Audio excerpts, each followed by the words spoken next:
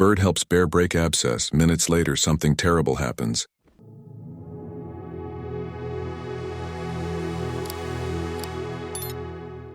A bear is found lying in pain, struggling with an abscess that makes movement difficult.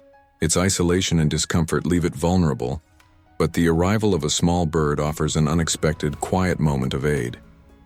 The forest was still, as though the land itself held its breath. Beneath the towering trees, where only slivers of sunlight pierced through the canopy, a large bear lay motionless. Its massive form was a patchwork of fur, dirt, and tiredness, crumpled on the forest floor as though the earth had grown tired of carrying its weight. The bear shifted slowly, a low groan escaping from its throat. Something was wrong. The animal's movements were strained, labored. Its usually confident and powerful body had been reduced to a slow, uncertain shuffle. The cause of the pain was clear. An abscess had formed beneath the bear's fur, swollen and tender just below its right side. The bear had tried to move to find food or shelter, but the wound made it impossible to travel far. It lay here, vulnerable and isolated, far from the heart of the forest where other animals roamed freely. For hours, perhaps even longer, the bear had endured the pain in silence. Now it seemed to surrender to the weight of its own suffering. Its breathing was shallow, a slight tremble in the muscles of its legs, its chest rising and falling with a quiet desperation. The pain was not just physical. There was a deeper weariness in its eyes, an exhaustion that went beyond the struggle for survival. As the bear lay there, a soft fluttering of wings broke the stillness. From somewhere above, a small bird appeared, its feathers a splash of bright color against the green backdrop of the trees. The bird descended, its delicate form landing softly on the edge of the clearing. It was an unexpected sight, so small, so fragile, yet undeterred by the presence of the much larger creature. The bird hopped closer, its tiny feet barely making a sound against the forest floor. It tilted its head, curious about the bear's condition, its small eyes bright with alertness. The bird's feathers trembled slightly as it hopped around the bear, cautious but drawn to the sight of the large animal in pain. The bear's body twitched, a reflex to the movement. It was clear the bear was aware of the bird, but it did not react aggressively. There was no growl, no movement to chase the small creature away. Instead, the bear's heavy eyelids remained half-lidded, too tired to move, too weary to respond, and then, with an unexpected tenderness, the bird did something that seemed almost impossible. A soft peck at the swollen area beneath the bear's fur. The bear's body stiffened for a moment, but it did not lash out. It simply stayed still, its breath catching for a second before easing again. The bird pecked again, carefully, delicately. The bear flinched, but it did not move. The sensation was strange, neither painful nor particularly comforting, but the bear allowed the bird's small beak to touch the tender abscess. The relief was minimal, but it was enough to give the bear a fleeting moment of respite. As the bird worked, the bear's heavy breathing slowed. Its body, though still exhausted, seemed to soften slightly, as though the shared space between the two had allowed it to relax. Time moved on quietly in the forest, hours stretching and bending in a soft, gentle way. The bird continued its careful work, moving with the same deliberate grace.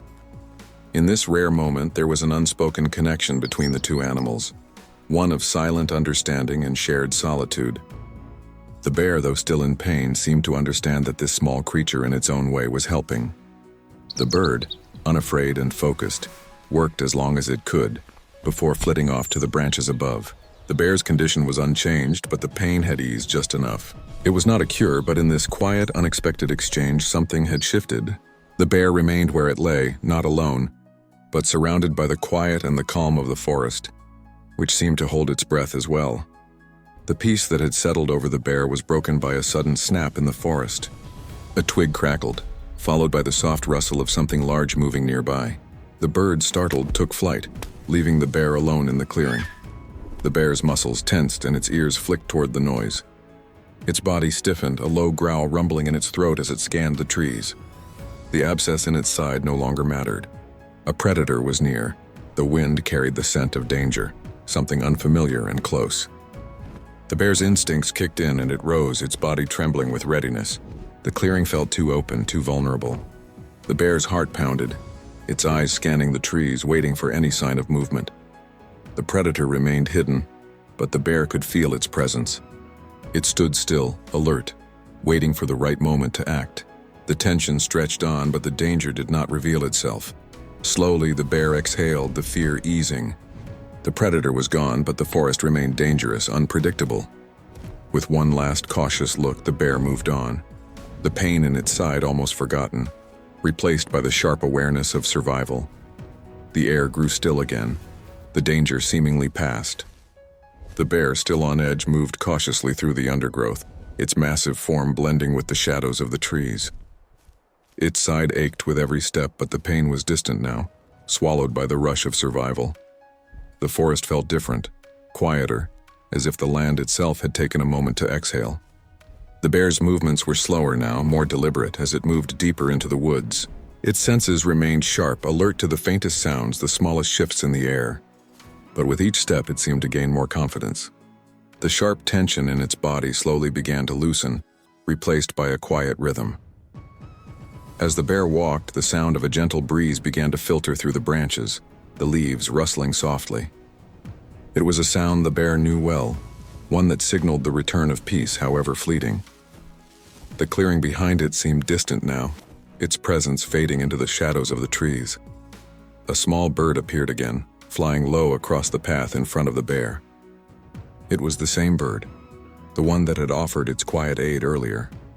The bird circled for a moment, then perched on a nearby branch, watching the bear with an unspoken understanding.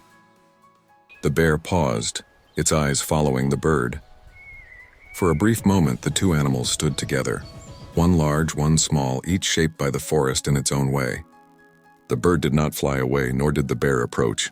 It was a stillness that spoke of shared survival, a silent acknowledgement of the small, quiet bond formed in the shadow of pain and danger. And then, as the sun began to dip behind the trees, the bear turned away and moved deeper into the forest. Its steps were quieter now, more confident. The bird watched for a moment longer, then flew off into the evening sky, its wings carrying it back into the wild. The bear walked on, leaving the clearing behind.